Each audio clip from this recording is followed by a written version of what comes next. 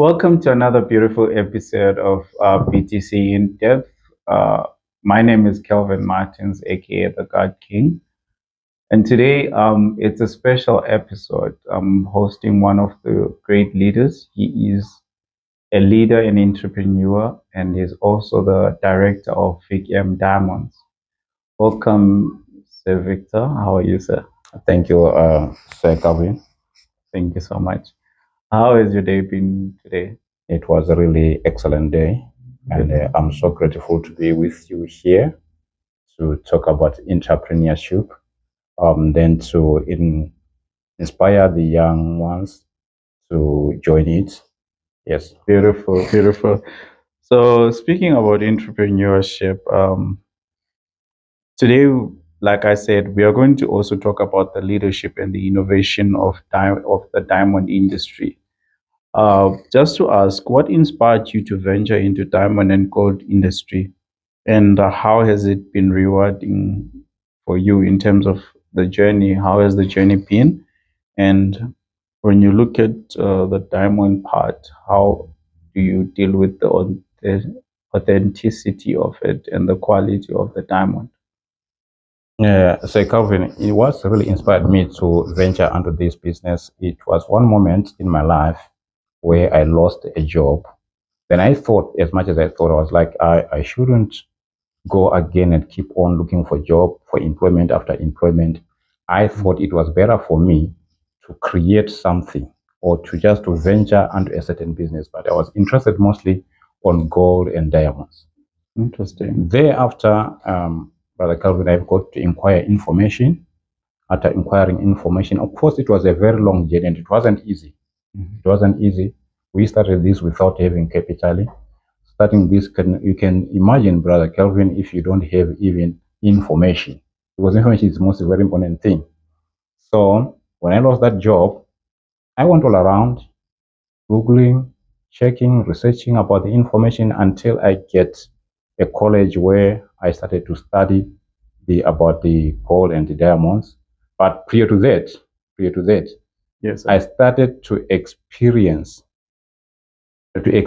this practically before I got the license of the diamond. So thereafter, I realized to say I'm doing these things illegally. I got to get the to do it properly. Then I come and in a church which is Christ Embassy, where my pastor told me to say, you can do these things illegally. Inquire information. Once you get the information, do the things the do your business in a legit way. So I did so, and really it was an amazing journey in my life. And wonderful, wonderful. I've known you for quite a while, and I've realized that dealing with some of the things that we've talked about in the past, there were so many challenges and obstacles along the way, and I've learned to to do things differently. But I just want to ask you, what are some of the biggest challenges that you faced in the industry, and how do you overcome them? For example, like looking at now, there are so many trends. Thinking in that, what trends do you see shaping the industry in the future also? Um, Like Calvin, as we are saying that there's quite a lot of the challenges that I'm facing. It needs persistence, it needs patience. Yes, it needs character. Business give you character because it's not an easy way to venture into this industry. Because this Yes. industry, mostly if you look at it, it is for tycoons. To enter there or to be a player, you got to have money. I'm talking money. The Yes. startup should be at least you must have 5 million. At least you must have 5 million. You understand? It's huge money. But through faith, and then through trusting God, you know that there are some other people who will be able to find you. But it's not easy at the same time. It requires faith. It needs faith. So there's quite a lot of challenges. The first challenge that I want to tell you about is finance. Yeah. And then remember, you don't just do this business any way that you think. there is a facility where you are supposed to do your business. Like, you don't just do it in your house because it's risky. Imagine now we are talking about 5 million. We are talking about the buyers, the beneficiary who should come and then interact with them. You can't be staying in a place maybe like you do a business like in Uvel, you are in Uvel now. Then you'll be like, okay, 5 million, come somebody from Dubai or Australia, I want to sell the diamond for you. You understand what I'm saying? Yes. So it needs a proper facility with security. Then, as I said, firstly, you need an office well secured, and you must have finances.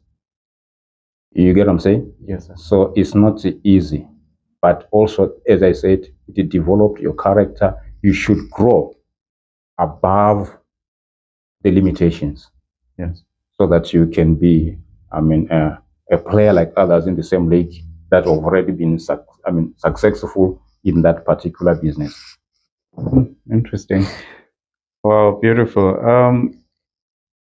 Can you walk us through some of the process, or rather, the process of acquiring and cutting diamond, and what makes your company's approach different from any other company, or rather any other uh, um, organization in the industry? Um, I'll tell you this, Calvin. In this industry, we are special. There's got this thing which you call specialization. Myself, I am a diamond evaluator. What I do, I buy diamonds from mines, direct from mines, Yes. with a license, or I buy it to the markets. But we are not allowed to cut. Those who are cutting are called jewelers.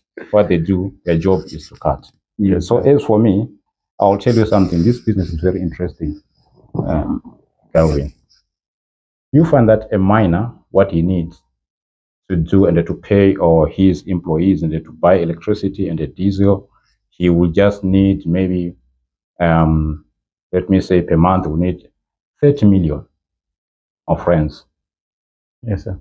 Then you, as a diamond dealer, what you do as a diamond, as an evaluator, he will just, bring a lot of diamonds in quantities. But you, as an evaluator, Evaluator, yes. among all those diamonds, maybe it's got a cup of diamonds. You can just find 3 or 4 diamonds which can produce that 30 million.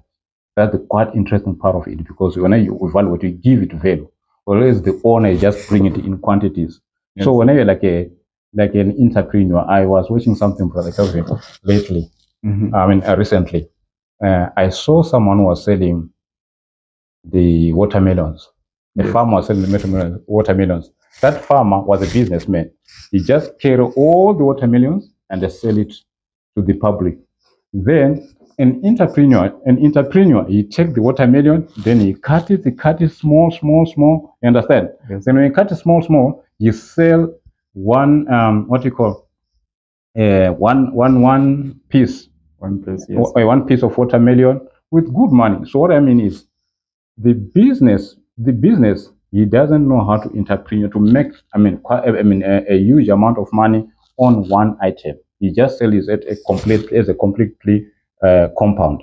But an entrepreneur can just divide it and make it. You understand? You get my point? I want to say. Yes, I Thank do you. get your point.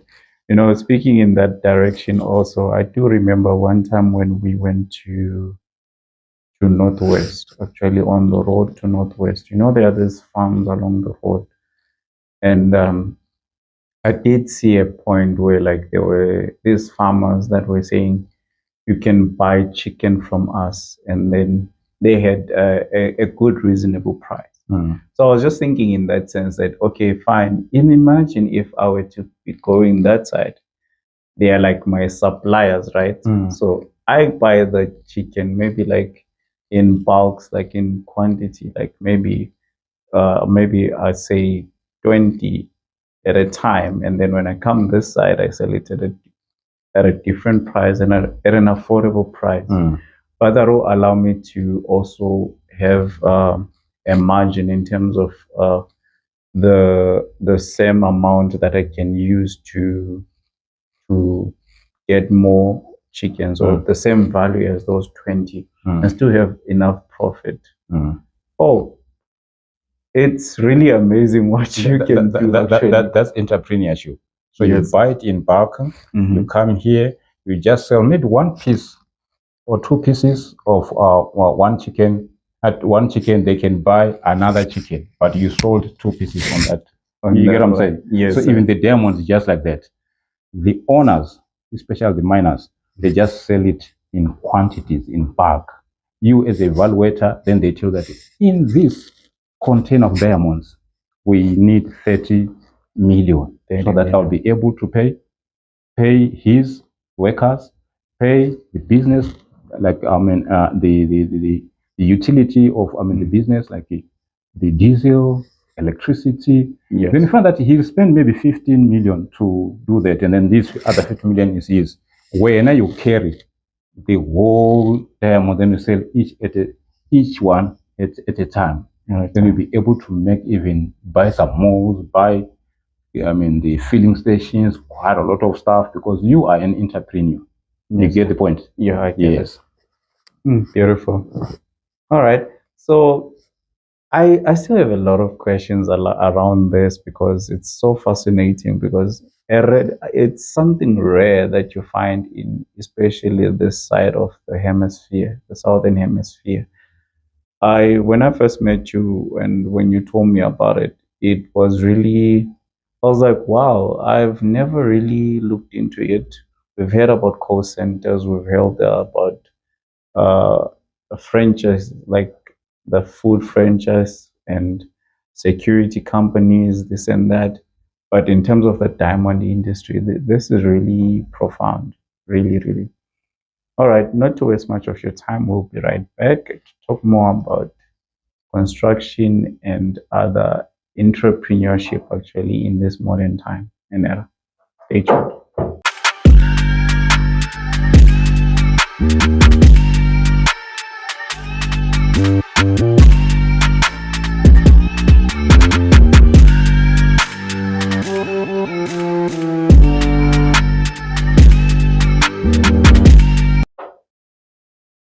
Welcome back. I hope you enjoyed that. Thank you so much for staying tuned. And I'm still here with Sir Victor. And right now we're going to talk about the construction side of his business. Say you own Marshall and the Black Guys Aluminium, right? Tell us more about the construction company. Thank you again, Brother Calvin. At this time, Brother Calvin, I want to say this to you. I found it difficult in this journey of entrepreneurship. It wasn't easy, as I told you before. Yes, sir. I looked at these millions that I need to work on in VKM Diamonds. Then I thank God so much to be in a ministry like the one that we are in at the moment, whereby our president one day was teaching and then said, "You are a coat of many colors." On the scripture quoting in Joseph. Joseph is the youngest brother of his brother, the son of Jacob, was the youngest. Then his father loved him so much, and then said he was a coat of many colors. When the man of God was teaching about this, he said, "You're a coat of many colors, you can do whatever you want to do." Then I realized that this Joseph wasn't just having a coat of many colors. He was an entrepreneur indeed, because he could do so many things. That's where these other Marshall Black guys came from. I thought as much as I said, why should I depend on one business? I can make it a multiple of business because I'm a coat of many colors. So be in a ministry like ours, then you learn quite a lot. You don't learn only the scriptures. It is more than Or like Harvard University. Like Harvard University. Yes. I'm telling you, it's more than that, because the Harvard University, the information that they are using, they've inquired it from the Bible and they use it in the system of the world. Yes. Because when you look in life, etc., you find that everything that you require in life, it is in the Word of God. Yes. You need miners, they are in the word of God. You need constructors, they are in the man of God. If you read the book of Leviticus, you find all those things. Yes. The architect there, which are contracting. And we thank God that even our pastor is an architect, the president of our ministry. So I'm like, I've got to follow this man. The things that we missed, the education that we missed in our 16, it is still founded in our ministry. Only what we've got to do is just to imply it now. You must imply it now. Use it now. So that's when the Marshall and Black guys came. I said, all right, since these millions, I cannot find it, even though I know that I've got faith, I'll get it one day as much as I'm applying it. Let me balance my life. Because life, we've got to live. We don't have to be in stagnation because of that business or because of that work. I said, let me start something new. Because I am somebody who is I'm an artisan by myself. So I'm like, let me just do aluminum. I can find guys who will be able to manufacture. I am good in installation. So I will do that. That's where the business was born, through the word of God. So when they say the word it works, you got to apply it. Indeed. Yes, you got to apply it. Then it will produce results. Yes, sir. So now I got this construction not for big cash, even though it will produce big cash because we are men with grace. So just for petty cash, I said, let me do this one. So it is working. And also, it requires patience, right? This is one thing that I had to learn when I was a young person. Like, I think I started learning about patience when I was 18, 14 years. God had to take me through certain things that I had to go through just to learn how to be patient. Not to deviate much from the topic today. So I've just realized that you answered one of the questions that I was planning to ask you here. So besides the motivation that you had in terms of this one, because you've already touched it, what types of construction projects does the company typically undertake? And what are the most complex projects you've worked on, or rather, yes? Kelvin, in this one, I think this is the business that I started when I was a young man, and I didn't have interest on it. I remember years ago, it was 1997. When I finished my metric, it was in 1994. I was employed by this man who was an Italian. Yes, sir. In those days, this aluminum and glazing was something which was on the trend. So people, they loved it. So he loved me because I was young and energetic and I was very innovative. He said, come, I want to work with you in this day. Yes. So I started working with him. He loved what I do. So from that time, when I left that job, because I wanted something, when we were young people, we don't want to work on constructions. It's like a dirty job. We need to work in the office, have some tie, you know what I mean? As we once, spoke about call center and stuff. We just need those kind of job, Yes. But I worked with him for almost 2 years. Then I left. I went to corporate work. Then I loved corporate, but still, when somebody just calls me and say, just put this glass for me, or just make a folder door for me, I want it to move. I do it excellence. Then I realized that I've got this excellence. And then there's quite a lot of development in South Africa. Yes. You understand? There's this development. If you go in Midrand, you find people that just building estates and stuff. I'm like, here's the opportunity that I must use. Yes, sir. Because these countries keep on developing. So I have got to go back to where I started and start to do it by myself than being as an employee. So now I could do it by myself. That's how that's one thing that genuinely that I would love to do. I want to be a self-reliant man, I don't want to be that person who is being commanded, pushed by another man. So I love to do things by myself. I'm telling you, even just call me and say, Brother Victor, come here in the house. I want you to do my door, just put a hanger. I will do excellent. I will do it excellently. So in every moment when you just give me an opportunity to do something, I do it up to a highest standard because I'm advertising myself. Yes, sir. That's me. Thank you so much. Yes. I've been dealing with teenagers, or rather, in the youth, and listening to you right now, it brings back to the idea that you said that as young people, we wanted something differently. I remember some years back, there was a man, I think I was 17 years that time. He was like to me, come, let me show you about woodwork and stuff. It didn't really make sense to me that Yes, yes, time yes. I because get the you. only thing I wanted that time was An to office the job. an office job or something that could just make money come Mm, easy and fast. mm. But over the years, dealing with different projects, there's something that our man of God, Pastor Chris, has always said that as a young man, always look out for a human need and do everything to meet it. And one of the things that literally drew my attention to, or rather that inspires me the most to keep working with the teenagers, is because I want to open an opportunity or a platform where we can just easily make life easy, and for them to not to rely on their parents most of the time.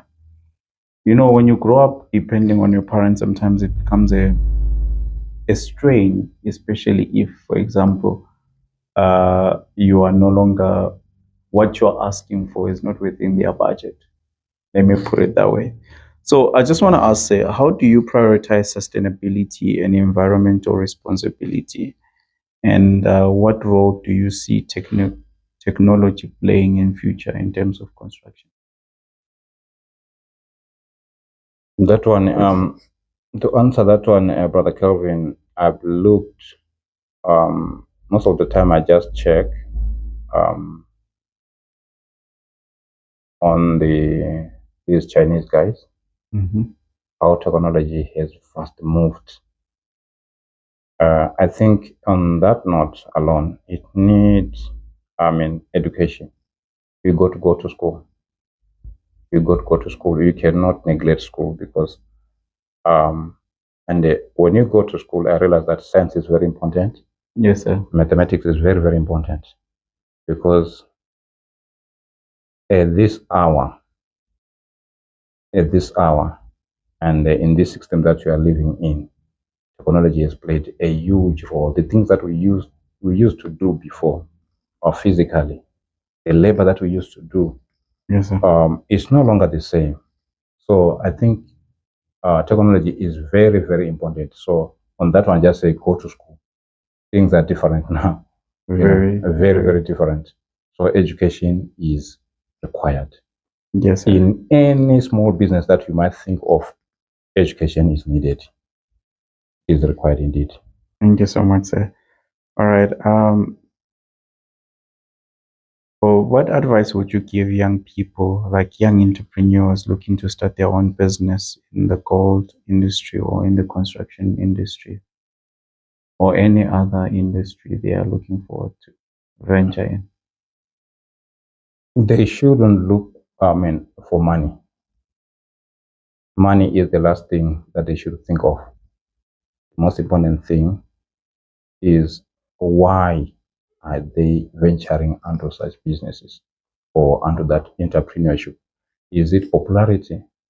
Mm-hmm. Because money goes with popularity, you know. So, but the most important thing is passion. Yes, sir. They are passionate about it. Purpose. They are passionate about it, Yeah. and there should be this way that I talk about persistence, and then patience, and it Discipline. needs your attitude, which is character, Yes, sir. because it might look easy to see.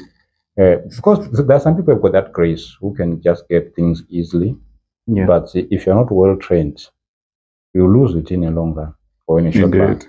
You understand? So Yes, you sir. need to be well established. Your root has got to go deeper. So that's why I'm saying character is very, very important. Yes, sir. Your character has got to be built first. Suffer the things, the little things, for the greatest things for your future. Yes. Because it is easy, my brother Calvin, to say, I mean, to get quick cash, but the most dangerous thing is that when you go, I mean, when you age, then you find that you are now poor. You know. You understand? You don't have to be poor. So the better the foundation, your character, attitude, persistence, patience, apply all those things, discipline. Yes, sir. They are needed. Thank you, sir. Yes. There's something our man of God has always said, and now that I think about it, money is really indeed in the minds of the poor. Money doesn't exist. It's only in the minds of those that are poor. So, what skills or qualities do you think are essential for a successful business in terms of development, and how do you balance multiple businesses? To balance on that one, I think you need, I mean, people that you are working with, train them, and then you must trust. Yes, sir. Trust is the most important thing. So you develop people. You don't work alone for you to manage all these businesses. Understand? For you to be an entrepreneur, you must bring people that you're working with, and you should trust those people. People with skills, bring them. Thank you, If you sir. bring them on the board, they will do the work for you. Yours is just to go and check whether they bring the right reports. You must supervise them. Yes, sir. Yes. Thank you so much. Are there any social media platforms that you're on, maybe? So, in case of the audience, maybe they want to follow you, they want to learn more from you, as I have. Yeah, in the industry of minerals, I'm not in any platform because this one's a very dangerous one. Yes, sir. People, they know that may have got billions of dollars, they will be after you. You know what I mean? Yes, sir. Yes. But when it comes to construction, of course, you can just advertise it on Facebook. You can advertise it on, nowadays we've got this TikTok. If they love TikTok, yes, that one you can just go in any social media. You can take it to Instagram and stuff. Yes, Yeah, sir. because people, they love social media. They You love can't do it without it. It's life anyway. You can't live Yes, sir. without it. You know what I mean? I Especially in understand. our generation now. Whether you're an old folk, but you got to go to the social media if you want to be active. You know what I mean? Yes, sir. Yes. Um, all right. At some point in time in my life, there was a moment where I felt like I felt discouraged, actually. Sometimes when you're working with people, different types of people have always they have their own agenda, more like a modus operandi. They have this thing of this perception that it's either you are against them. They There's a law, or rather, there's one thing that I'm always seeing people always say: live your personal life, personal, and your business life. You know, leave your personal issues outside of the door. That's what we are always taught, especially in the work industry, right? But when you come to realize that some of the people in leadership roles, or rather in the whatever industry you are in, some of them always think you are out there to to disadvantage them. Maybe you have your own personal issues. They don't think you have all the necessary tools to edify them, or to add value to them. So what do I do as a young person? Like, for example, I'm working in an environment that demands a lot of time, a lot of effort, a lot of energy, but there isn't any support from the leadership where they can say, "Oh wow, let's vent with you. Let's try to meet you halfway." In terms of the emotional, people get emotionally drained, people get suffocated, and they don't have any place or platform to talk about these things. I've seen it in the call center industry. I've seen it in different places and platforms. Because what would you say about that?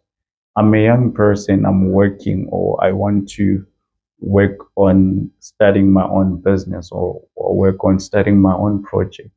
that will aid that one. Because wherever I go, there's this mindset I've put in my head that I'm learning, I'm here to learn.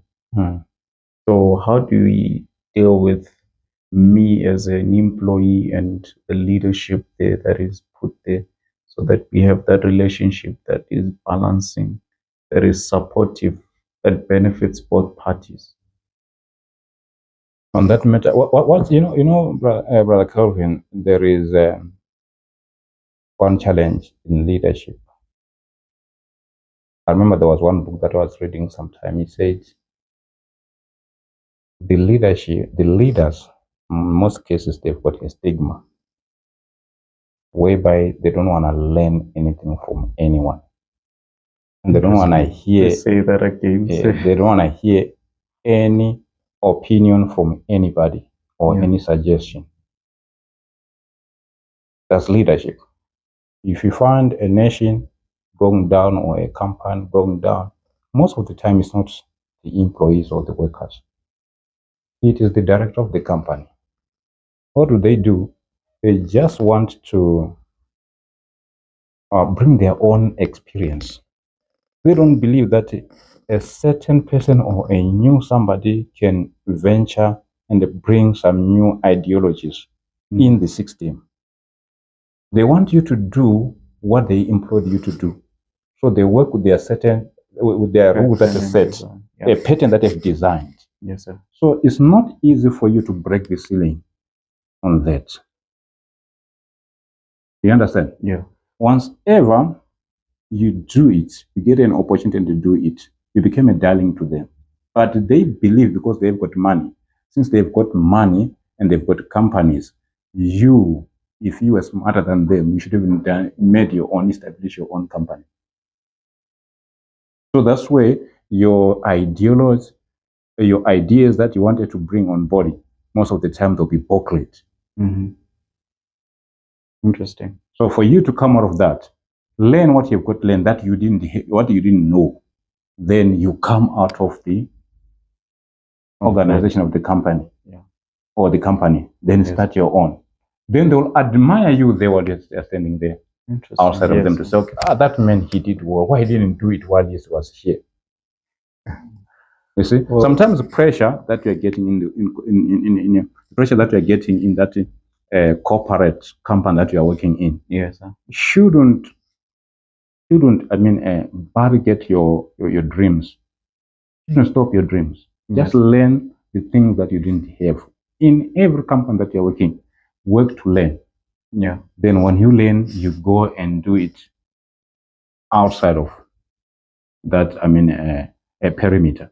Yeah. Because if you continue there, I'm telling you, I was listening to somebody saying, if you go to the graveyard, you find that there are so many people who slept over their dreams, which they never realized their dreams because of the oppression within the working, environment. Yeah. You understand?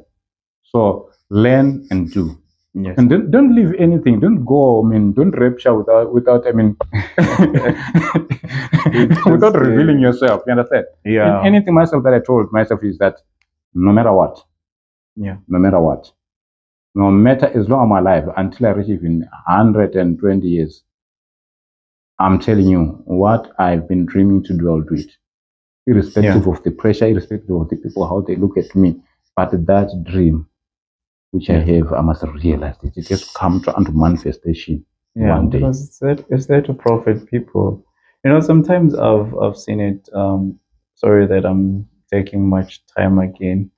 I've seen it when it comes to people who don't understand you as an individual, thinking that maybe you have your own agenda or you are disadvantaging them. Them accepting you, allowing you to grow, it also benefits them. You know? Because at the end of the day, you growing in that perimeter or in that sphere, you end up realizing a lot of things. Like last year, I had a goal I said to myself, I need to learn 2 new things. I learned graphic designing, and nobody taught me that. It was the Holy Spirit who taught me. And he just had to give me the right people to literally talk to and be like, hey man, I'm doing this, I'm doing that. Can you please aid? They were just helping me say, no, change the wording there, change the color, use this type of background, use this and that, or here are the applications that you can use to, it becomes very simple. Look at those same people that helped me that way, grow that way. They're also benefiting. It's benefiting them because they're seeing me growing and they're also growing. In school, I remember when I was in grade 10, I was in school. Every time when we were after classes, we'll sit down and I'll start helping others, teaching them. I realized that the more I shared information with others, the more I learned and the more I grew and the more I wanted more, to learn more. And it allowed me to learn from the people that I was sharing with. Once again, say thank you so much for allowing us to host you today. And thank you so much for talking to us and taking us through the diamond industry and also your construction company and entrepreneurship. Thank you so much for staying tuned to today's episode. We'd love to see you one more time. Once again, my name is Calvin Martins, aka the God King, and you can follow us on all our social media platforms, or you can say hashtag BTC in depth. I'll leave a particular link underneath. If you follow it, there's a gift for you, specifically for you, only for those who are going to be watching this episode until the end. Thank you so much.